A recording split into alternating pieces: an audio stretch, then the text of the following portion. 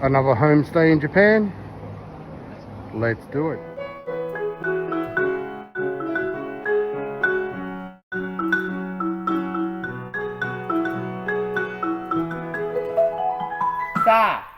Let's go back home.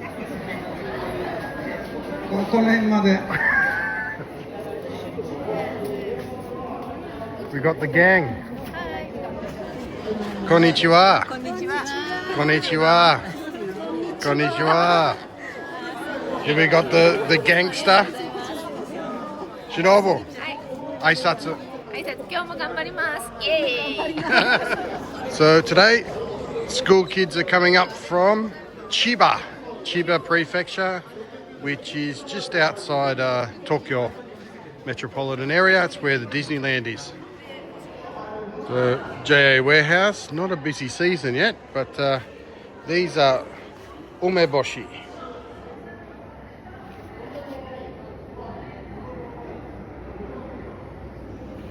Umeboshi plums.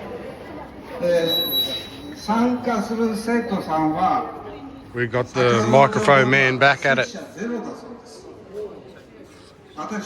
This is Japan. This guy's steady, 1 meter away from everybody, and he's got the microphone. As if you need a microphone when you're this close. Can everybody hear this?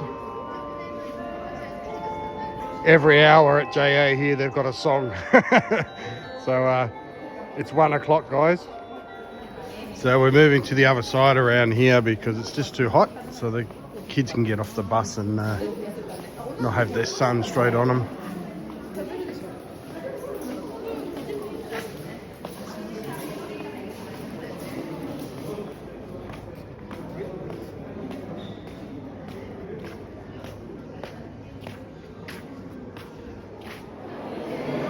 So here are the farmers. They've got their own little sort of pigeonhole, and it's got their name and their licensing details, and they'll put information in there for their accounting and business and stuff. So when you're selling into JA, you get your own pigeonhole with your farmer's license. So you've sort of got your own little PO box. And when there's a new crop that they're doing, whoever's farming that crop, they'll just take the other person's name off and put your name there. So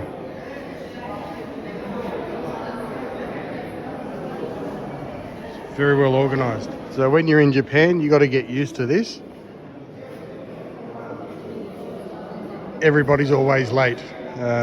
This bus is already an hour late, and nobody's got the phone number of the driver or anything. This is standard in Japan. So we don't know how long we're going to be waiting. And the buses are here.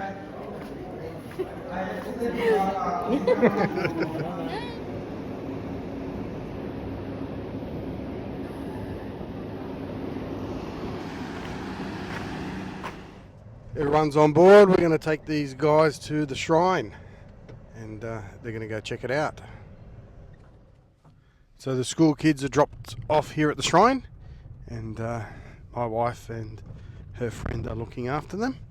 So they'll be going right to the top, and I've just got to go home and get this oven ready for the pizzas for tonight.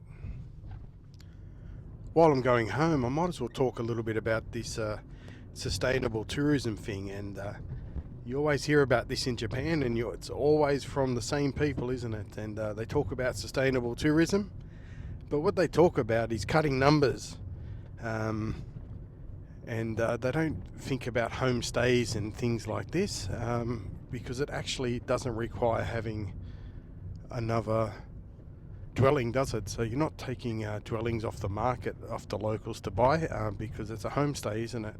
But a lot of people talk about this sustainable tourism. They're rich people. They have their Airbnbs, their second Airbnbs, or their third Airbnbs, and they want to talk about this sort of stuff. But it's always for the rich, isn't it? So these cities like Kyoto and Japan, I've been talking about this for a long time. It's just going to get so expensive for people to travel there. So unless you're rich and you can afford $500 a night to stay in some dodgy machi somewhere, you're just not going to be able to afford to stay for long, at least anyway, in those cities. So their sustainable tourism model is basically means that if you've got no money, you might as well go away. Sustainable tourism, you got no money, go away. So I've got two guys I'm sort of helping out with their business plan that are going to be doing exactly this. And what's really good about this is you don't need extra capital to go and buy another house for an Airbnb. You don't even need an Airbnb license. This is billeting out students in your own home. So if you don't have a lot of money and you still want to do this sort of tourism thing, there's groups and stuff like the people you just seen waiting there that are involved in this, and you can earn a little bit of money on the side.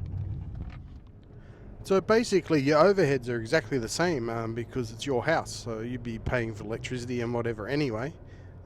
So you're just providing meals and activities and stuff. And you get to meet a lot of people because these are locals, and what will happen I think in the future, people will be coming to Japan all the time. They'll be staying in these Airbnbs and they're going to get sick of it. They're going to want a homestay experience with Japanese farmers and things like this. So this whole industry or this whole type of stay, it's going to be on the increase, and especially in rural areas. Because if anyone can tell me the difference between Tokyo, London and Paris, you've got me, because I've been to them all 3 times and I can't. Capital cities, big cities, they're all the same after you've been to them a few times and get over the novelty of them. And what's going to happen is exactly the same thing with the tourists. People who are just finding Japan now on their second, third trip, they're not going to want to spend their money in these places. They're going to want a different experience. So out in the countryside, Japanese countryside's famous. It's awesome, and I can only see this becoming much more popular. It's stinking hot, so everyone's cooling down in the river.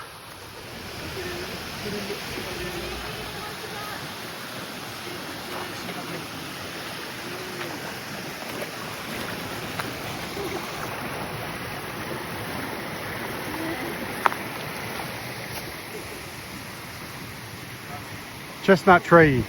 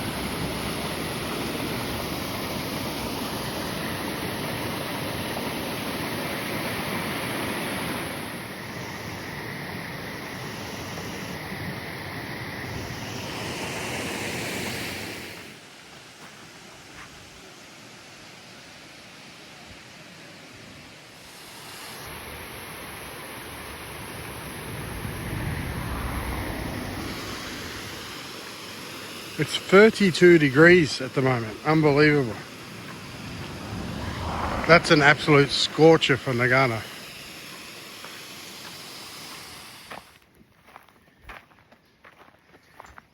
Next activity, check off. My neighbour is showing them the ropes on apple farming.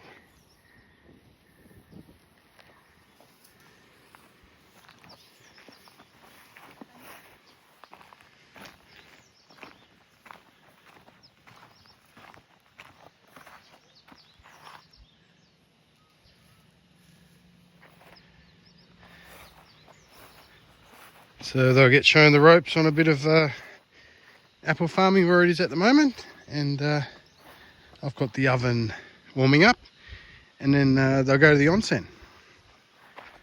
So with the homestay, if you've got friends around that do different activities, you can always ask them if the kids can help out or something. So it's quite enjoyable. And they'll go up to the local onsen and come back and have some pizzas. So I've already prepared the dough and prepared the oven. So the oven's quite warm. It's about 50% of the way there. And the students want pepperoni pizza, American style. So that's what we're going to have tonight. So right guys, that's another homestay. And if you have any questions, put them down in the comments. And as always, hope you liked the video. We got Big Ginger Boy dining for lunch.